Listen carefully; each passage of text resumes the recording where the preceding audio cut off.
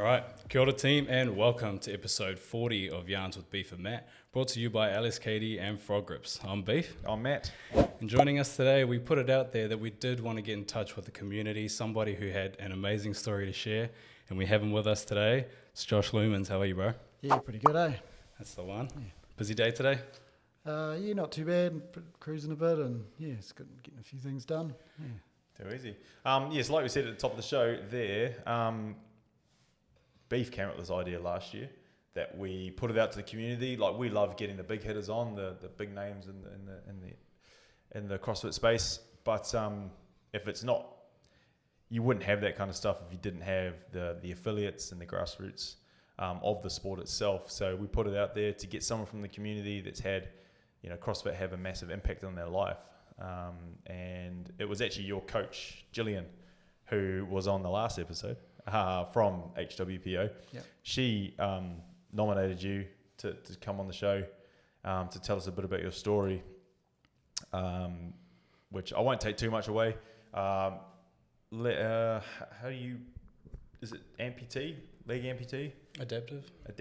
What do you want? Yeah, well, I guess so. I've been called an adaptive athlete now. I don't really, never considered myself as an athlete. I just do it for fun, really, and a bit of fitness. And yeah. So if we dive into the younger years, talk us through growing up and then growing up with the left leg amputated. Yeah, well, I guess I was born with a small foot when I was a kid. I was born in that, so I lost my leg at birth, more or less. Yeah. So I never known anything sort of different. Yeah. And just always wanted to do everything that everyone else was doing, sort of thing. Didn't try and let it hold me back too much. So always rode bikes and ran around and. Yeah. Did you grow up around Te Araha? No, my parents were dairy farmers and shear milkers, so we tended to shift around a bit. Oh, okay. So, yeah. Gypsy month in June. Yeah. Oh, how good. So growing up, you played sports and that? The leg never really held you back? No, I played soccer when I was a kid. Yeah. That was always a bit hard case, especially when I'd go to kick the ball and my leg would go further than the ball would. That would always distract the other team a little bit. So yeah. So growing up with the amputation, like I said, if your leg's coming off, how readily available were the prosthetics for you back then? So when I was growing up, I'd basically go through a leg every 6 months because I'd grow out of it so fast. Right, yeah. And and half the time Mum wouldn't even know that it would needed doing until I'd start getting grumpy or a bit sore and all that. So, Not quite fitting, right? What was, I guess we haven't been brought up with the life that you have, so we're very indifferent to what it was like for you. How was growing up? Some would say different, but, how was growing up for you being somewhat adaptive to your situation? I suppose a little bit tough at times, you get the old bullies and that would pick on you and just because you're a bit different to them, and I suppose, but like I say, I just sort of didn't know any different and thought that was the way it was and just got on with it. Do you think if you grew up today, because how old are you, 40 something? 43. 43. It was obviously a different time growing up then. Do you think it's different now if you were growing up now with an amputation as to growing up then? Do you think there's any differences in the two areas?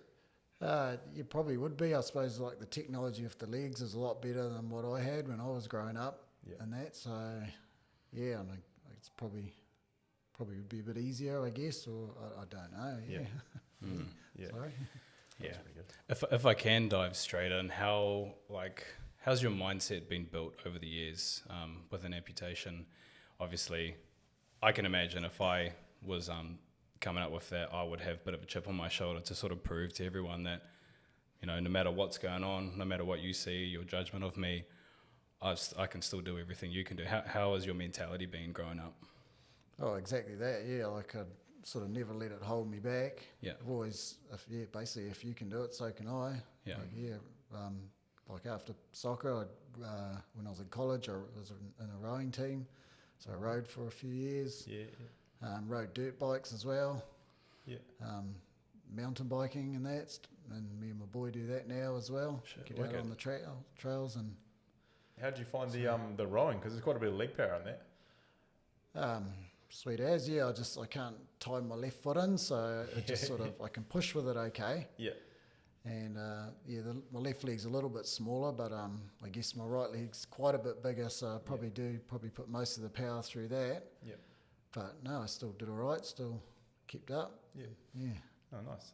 So you said you grew up with parents being dairy farmers. It's quite a hard job. They obviously never treated you any different. It was you get in and help out as much as you can. Brothers and sisters as well? Yeah, I got a brother and a sister, both younger than me. Yeah. So you were expected to do just as much as them? Yeah. Pretty much, yeah. Yeah. I guess I probably taught my parents a bit that as well, that shit, he can do it if he wants, so yeah. Yeah. Oh, shit hot. So when did CrossFit come into the story? I think I've been doing it 5 years now. Yep. So I was up actually where our gym is, used to be a physio above it. Oh, right, yeah. And at the time I was dairy farming myself, and I'd been kicked in the leg by a cow and basically dislocated my knee and popped it back in. So I was getting a bit of physio for that, which was, I missed a bit. When I was younger, I used to water ski as well, and dislocated my knee when I was about 18 wakeboarding. Landed and the board sort of spun around and took my leg with it, and stump was poking out over here. And no, it wasn't good, but it's all right. We got over that. And and then the cow kicking me in the side of the knee kind of shoved it out, and it put itself back in straight away, but it's still pretty sore. Yeah. So anyway, I was getting a bit of physio for it, and I could hear the barbells getting dropped downstairs. I was sort of, what the heck is that? And I'd always sort of been interested in sort of going to the gym and doing stuff, but I'd never really stuck with it because I just no direction. I didn't know what I was doing and couldn't afford a personal coach or anything to do anything like that. And then, so I went down to see what that was all about, and next thing you know, started doing a bit of CrossFit. Because I'd always, with my knee injury, sort of wanted to get that leg stronger as well to try and get a bit of strength back in it, and hopefully stop my knee from popping out as well, keep it all together. If I could get my leg a bit stronger. So that's sort of what started it, and then just fell in love with the sport and just rest is history. Just keep going. Yeah, that's awesome, man. How did you find your first few? How did you find your first few classes at CrossFit HWPO? Because for a lot of people, CrossFit can be quite an intimidating sport. How did you find it? Yeah, well, I'd never heard of CrossFit before. I didn't know what it was, so I had no idea what I was in for. And safe to say, it pretty much ruined me. I got home and couldn't even take my own t-shirt off. My wife had to help me get undressed so I could have a shower. I couldn't even lift my arms up. Quite a bit of muscle soreness to start with. And that, So instantly hooked though? You just from that I loved it. The pain didn't bother me too much. It was sort of used to being a bit of pain, so it was good to make something else hurt for a change. No doubt. I did want to dive into a bit about your prosthetic. We had Rogan Dean on, who's another CrossFit Games adaptive athlete. But he has lost his leg in current life. How have you found, and we touched on it before, but the advancement in prosthetics? Like, do you have more than one for running and one for lifting or anything like that? How have you found over the years the advancements in the prosthetics? So I've only usually run one leg. I've got a couple of older ones sort of lying around that I don't, just in case the newer one didn't work, I sort of kept hold of. But I only got one leg. But when I was younger and sort of first started having legs, to hold it on, literally had a strap around my waist and a strip of leather going down to the leg to hold it on. And it had big rivets holding that on, and that used to always chew the inside of my leg out on the other side if it hit it. So I'd always have big grazes on the side inside of my other knee.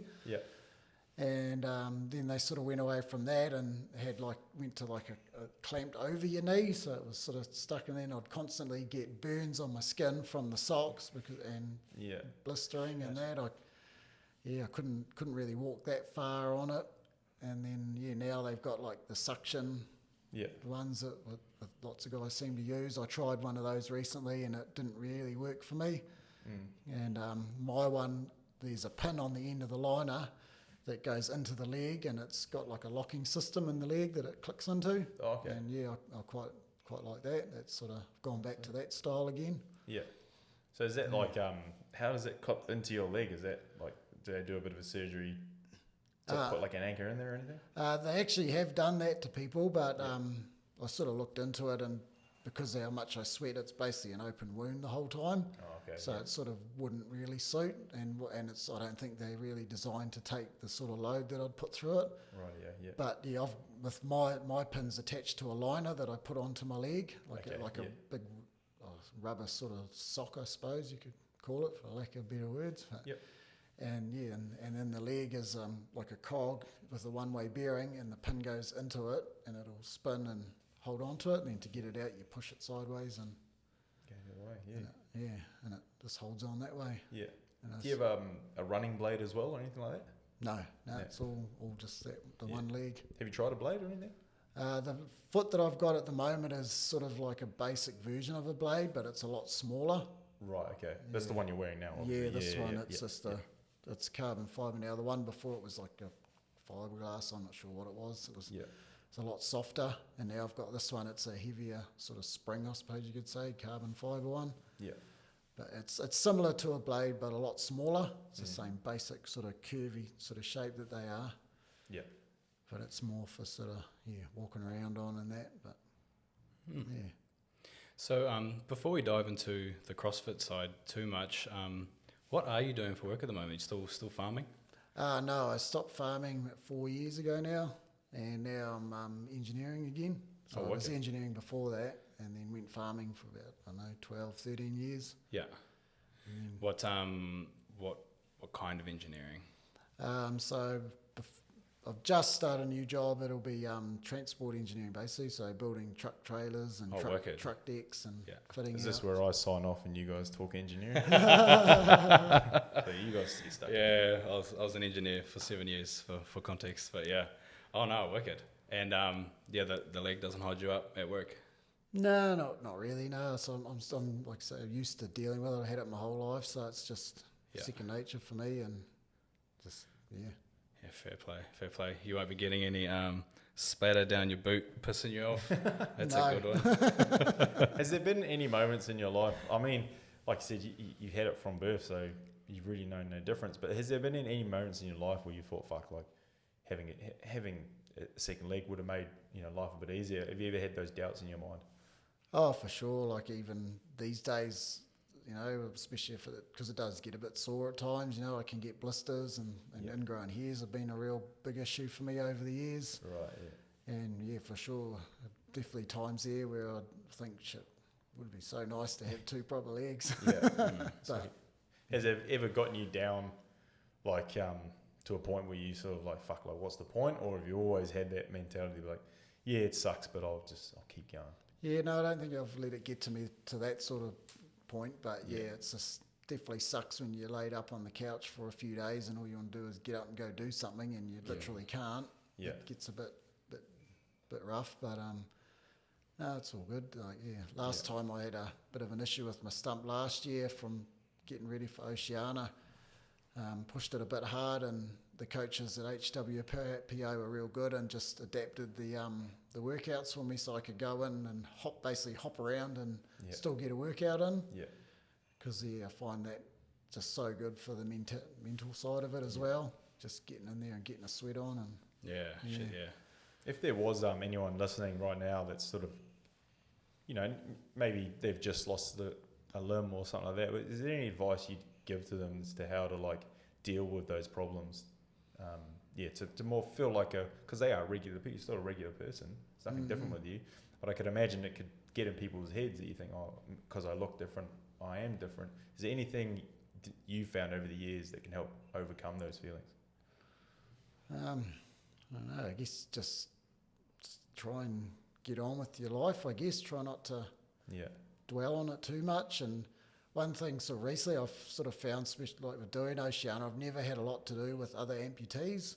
Right. And so like spending time with other amputees and that was quite good. So like, if you can, even talk to other people that are in the same sort of similar situation. And I find that was pretty cool, hanging out with other people, sort of, I guess, like me. Yeah. So that's a good, I love that. I love that advice, because it's like you could consider it like a mental battle, and they always say a problem shared is a problem halved. So being around people who might have gone through the same as you or are currently going through the same as you, it could be awesome to get around and just to talk. And I think that's brilliant advice. Yeah, for sure. I think it probably would have benefited myself too when I was younger, have been able to hang out and talk to other guys like me or people. Yeah. So I definitely think, just from last year was definitely massive, man. cool to be able to hang out with. Well, that's the younger you to where you are now, but we've touched on it already. You are an athlete, whether you want to call yourself one or not, but got semi-finals this weekend. So for context, qualified for the adaptive division of the CrossFit Games semi-finals. In quite a handy spot. You're in 7th place at the moment, I've heard. Yeah. How has the journey gone from being, I love CrossFit, to now being, I'm pushing for a spot at the Games here? Yeah. When I first started, first thing I said to the coaches, we don't have to do competitions, do we? I just wanted to get in there and work out and have fun, you know, and just seemed to work out that way. I don't know, just seemed to get better and better and train more, and then Was there ever a switch that you went from do we have to do comps to actually I do want to do a comp? I think maybe a bit of a turning point. I did a competition maybe nearly 3 years ago in Te Rapa in Hamilton called Rising Stars. Hell of a comp, by the way. Any newbies out there to competition, get amongst that one. Great competition. Heck yeah. And so did that, and it was like, whoa, this is actually quite a bit of fun. It was hard, but heaps of fun. Thoroughly enjoyed it. Ended up getting 3rd in my division there. And that's competing against other able-bodied people as well. So I thought I was real happy with that actually, to get a third place. So I think that was probably the turning point for me, and because I'd done like opens before, and just because everyone else was doing it, and they're good fun and all, but there's nothing like sort of in-person competing. You can't. Because I don't know if you've taken the chance to think about it yet, and I don't want to go counting your chickens before they hatch, but like you said, sort of qualifying for semi-finals in a pretty handy spot was the mecca, the CrossFit Games, ever like something you thought about, a goal that you were trying to work towards? Well, no, because like this is the first year that the wheel wads have been running the adaptive side of it, and so like I'd done, like say, opens before, and last year I made the semi-finals and didn't end up going any further because with wheel wads running it, there's more divisions as well, so it's it's split out a lot more. So then you're not competing against as many people. So because they have like in my division anyway, you got was it lower extremity, and then you got above knee, below knee, and minors.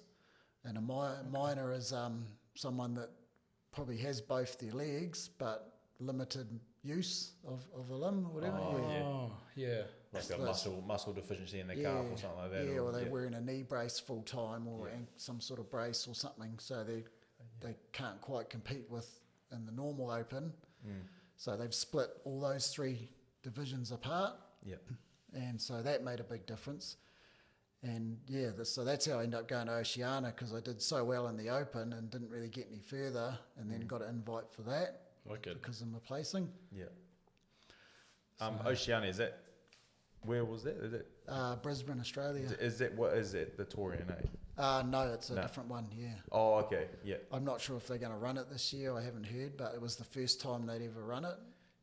Because they saw there was an adaptive competition going on at the Torian last year. So is that different to the Oceania then, is it? That's a different one again, Right, So I had a invite to go to Torian this year, but I I turned it down mainly because it's expensive to do that as well as, and then sort of wanted to concentrate on the Open since I did better than I thought I would. Yeah. So it was Oh, fair enough, man. Too easy. Yeah, that's wicked. So Oceania last year, talk us through that because I know a little bit about the adaptive side of competition, but I am still pretty, I guess, naive to the whole side of it. So talk us through Oceania. Yeah, so like I say, I got an invite from doing quite good in the Open last year and that, and I guess and they needed more people to go. So yeah, they had an online qualifier as well, like most things. So did the qualifier and then got to go over there, and that was an awesomely run competition. Yep. It was actually with Masters as well, just I think to make it a bigger sort of thing. Yeah. But it was more concentrated for adaptive athletes. Yep. 3-day competition in the Nissan Arena over there. Shit, yeah, 3 days, fucking hell. Yeah, 6 workouts. You can barely do one. Struggling after a class workout there. Something you just said there, and Jillian actually brought it up as well. There's no Masters adaptive. It's adaptive to your whatever disability you have. Do you find that a bit of a challenge? Like you're going up against, I've said Rogan Dean before, but he's obviously a little bit younger than you. But he's a fucking weapon. Oh yeah. But the age difference there is obviously quite big. Do you find there should be, or is there space for it in adaptive at the moment? Maybe not right now, but the way it's sort of growing, it could be an option in the future, I think. Yeah, because like you say, a lot of the elite guys in the adaptive scene are quite a bit younger, and because a lot of them are like Rogan Dean, who's an ex-league player who lost his leg, I think, in a motorbike accident. And a lot of guys in the States are like ex sort of army guys or same as, and which have been able-bodied athletes beforehand that are already bloody weapons. And then which is cool that they got somewhere to compete, but they're quite a bit younger and already jacked as, and so it makes it a bit tough. But then on the flip side of that, you're holding your own against them. Like seventh place is pretty handy. Yeah, no, I'm friggin' stoked that I can still sort of keep up and not that far behind them. So it's awesome. But it'd be really cool to get a sort of different age groups, even if they're a bit wider than 5 or whatever years. And for sure. But no, you're definitely holding your own. Outside of showing up and being able to get a bit of a sweat up, we all know it's pretty good for the mental health to just get in there and have a bit of a sweat up. But outside of that, how has CrossFit sort of affected change in your life?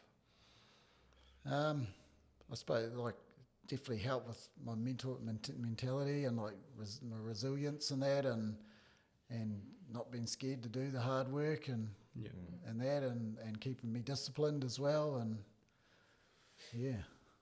that's awesome. No, for context, we've just met Josh less than an hour ago, and I can already feel like when we spoke about it with Jillian a little bit, as Kiwis, we're quite humble. We're not too outspoken, but I can tell that like you've got a lot of grit and resilience to live the life that you have and to be achieving what you're achieving, bro, is fucking amazing, if I can say that. Oh, thanks. But where do you think that was rooted along your journey to be so resilient and just keep pushing and keep going? Because a lot of people would use it as an excuse to call it quits. Yeah, 100%. I suppose it comes from my childhood, I suppose, like as I was saying before, wanting to keep up with everyone else, and even though it's been a bit hard at times and that, but you just always push through and try and do whatever I can, do as much as I can. That's awesome, man. Sweet as. All right, so going back to your CrossFit journey now, you've got semi-finals this weekend. Had the workouts been released for that? No, we won't sort of know. Jill reckons saying like Thursday morning they'll come out. What day are we now? Wednesday? Tuesday. Fucking hell, lost the day. I thought it'd be like Friday morning because we're a day ahead of them, so it might.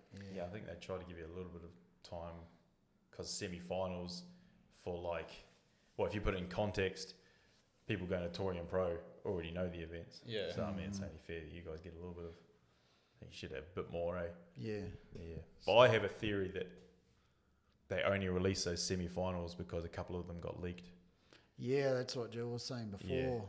Because I've seen some pop up on Instagram Yeah. for the elites. And I think Andrew Hiller released some saying he got these from HQ, and then the next day all of the events were released. So yeah, anyway, but yeah, so not knowing the events coming up, what's the plan of attack? Do you know how many events you got? No, I don't in the know. dark. Could be up to 5 maybe. So what's the plan of attack for the weekend?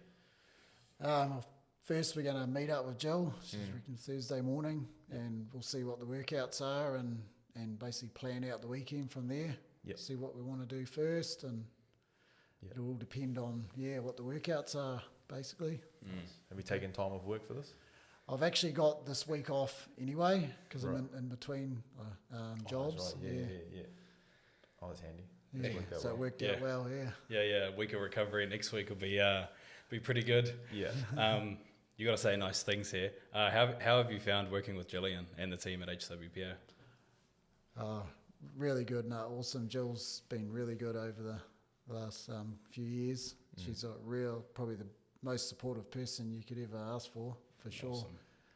Awesome.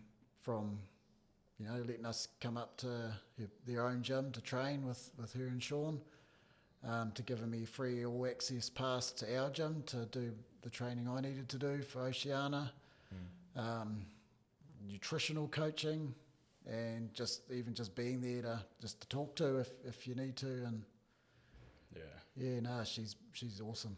I think good, definitely great person to have on your side. Yeah, 100%. Yeah, we've just. I'd hate to have to go up against her. That's for sure. Yeah. Well, she was gunning for a semi-final spot herself. But, she's a bit of a weapon herself, actually. She's I don't know. So if we look past semi-finals, like you said it before, was the games ever on your radar? And now you're this close, what would it mean to you to actually, make it past and clip that ticket to the games? Oh, it'd be pretty unreal. Like at the moment, it seems like a bit of a dream still, really. Yeah. Like there's still a long way to go to even get there, but shit. I mean, even if I didn't podium or whatever, just like say to be there and be part of it would be pretty awesome. Yeah. Like Oceania was pretty awesome in itself, and that'd probably just be up there again. Yeah. I could imagine. Does the fact that it's gone from being the same event as the CrossFit Games, now it's a separate one, does that affect you at all, or are you still seeing this as the pinnacle? Because it's still the CrossFit Games. Oh yeah, for sure. No, I think it's good. I think it's awesome the way they've gone in that direction. Yeah. Because the workouts are more suited for adaptive athletes. It's been run by Wheel Wads, and because they run some pretty cool. Because they ran Oceania, that was Wheel Wads. Oh, okay, yeah. Wicked. Yeah. That was I've been following them for a while. One of the short stature, Mike Whittis, or I can't pronounce his last name, but he's been a huge advocate for CrossFit Games upping their standards. And just look at the coverage they got last year. It was pretty below the standard, I thought. If you've made it to the CrossFit Games, so switching over to Wheel Wad, they run a really good event, and they have for many years. So I think it's only fair that they've got that CrossFit Games banner now, and are gonna, I think like you said, it's gonna be positive for you guys in your sport. Touching on that, where do you see yourself going in the sport after this year? Are you committed to digging in now and becoming a fairly big name in the sport, or what's the ambitions there? To be honest, I haven't really thought that far ahead. Right. It's just sort of like this year was supposed to be a rest year, to be honest, so I wasn't meant to be competing. Not Flip doing that the on best job. But like I say, after that finish in the Open, it's just like, oh shit, should we have a go? You know, I did pretty good, did a lot better than I was expecting. Yeah. So I guess we'll see how this year ends up, and could definitely be keen to have another shot next year. And Wicked, man. I think that's awesome too, and I think it's almost like borderline key is like not putting the pressure on yourself to be that athlete or be at that level, because that's when a lot of people start losing the passion, because now it's more of a job than a hobby. Yeah, 'cause that's one thing I don't want to do, is to push myself that hard that I stop enjoying it. I still want to love and look forward to going to the gym. Yeah, that's massive. So, what does your training look like at the moment? At the moment, I just do what's prescribed, and if I need to modify something or whatever, then I do. Yeah. But I basically just do what everyone else is doing, and to the best of my ability. So you're not on a specific compete track or anything like that. You just just that's fucking cool, man. Yeah. Oh, hats off to the programming you're on at the gym. It's obviously doing wonders, man. Yeah, shit, yeah. And when we talked with Jillian, she did mention that she does like to sort of serve you up as a role model, especially when they're onboarding new people into the class. And, you know, we all have our own doubts and stuff, and we start to question our own abilities. But, I do like that you serve as a role model as, hey, I can do it. You can fucking do it. Like, let's go. Yeah, that's wicked. Do you sort of take a back seat sometimes and see yourself as you could be a bit of a role model? Because I imagine like if there's anyone listening to this now who has, you know, a disability and thinking they can't get involved in, you know, a certain sport or doing CrossFit or going to the gym, do you see yourself as being a bit of a mentor or role model in that space? And what would you say to someone like that who thinks they can't because of their injury, but they think it's holding them back? Yeah, I've never thought of myself as that. I'm just doing it for me, for the fun, and because I love it. But I guess if people want to look up to me, cool. And I mean, if I can do it, they can. I mean, just have a look on YouTube at other adaptive athletes. There's way more people out there that are doing cool shit. I mean, some of the guys are doing that are stuck in wheelchairs and that. That's pretty friggin' amazing. And guys with one arm doing one arm snatches and clean and jerks and shit. I mean, far out. I think just if you are out there and you've ever doubted yourself because of your disability, give it a crack, because like Josh just said there's so many examples of people doing amazing things, not just in the sport of CrossFit, but I know we're talking about CrossFit, but in any sport there's people out there that have proved that just because you have a disability you can't, you can still be an amazing athlete. So get stuck in, man. That's always inspired me, is watching athletes like yourself dust me up in a workout. Like the amount of people that might sound bad, but like I've second guessed. I'm like, nah, I'm gonna smoke you, and then they destroy me in a workout. It's very humbling, but at the same time, like a lot of respect for, because it's hard enough, with two legs. I can't imagine how much harder you've worked to be that level of athlete. It's insane. Do you sort of walk in the gym? Because I know Rogan said that outside of the CrossFit Games, he tries not to do any adaptive competitions. I don't know if it's changed now, but he was back then. Just so he could be like, I go to the CrossFit Games as adaptive, but I can still dance with the best of them. Do you have that sort of mentality walking in the gym? Like, I'll show you how it's done. And I've got one leg too.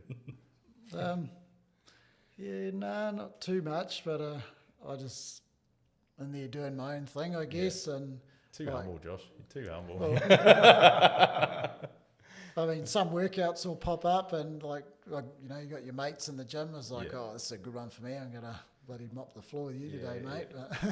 Sort of friendly banter and giving your mates a bit of shit, I suppose. But I guess everyone's on their own sort of journey with fitness and that. So everyone's got their own battles that they're dealing with and issues and that. So mine's just a little bit more visual than some people. So.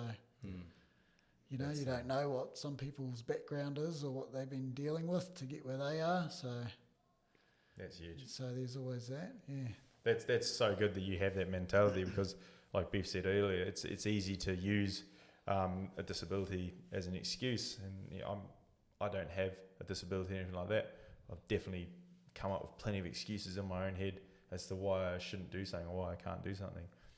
So I think that's great that you can sit there and go, yeah, I've got an amputated leg, but other people are going through their own shit, so I'll just get on with it. I think that's a fucking huge mindset to have. Powerful. Yeah.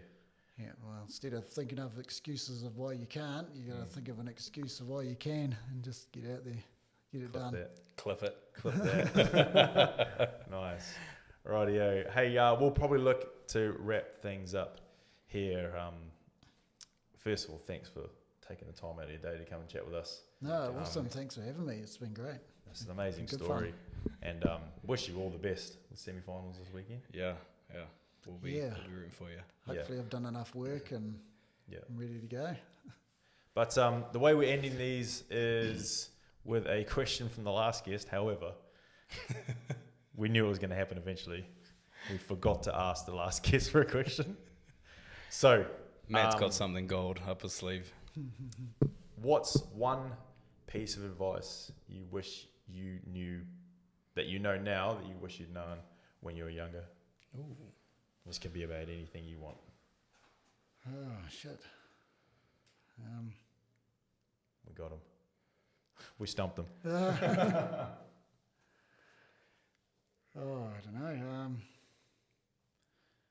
Just don't doubt yourself and give it your best shot, I suppose. And you never know where you're going to end up, I guess. Too easy.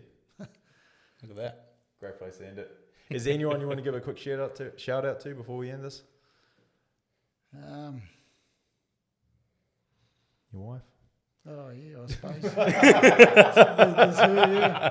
So under the table. I'll help you out, bro.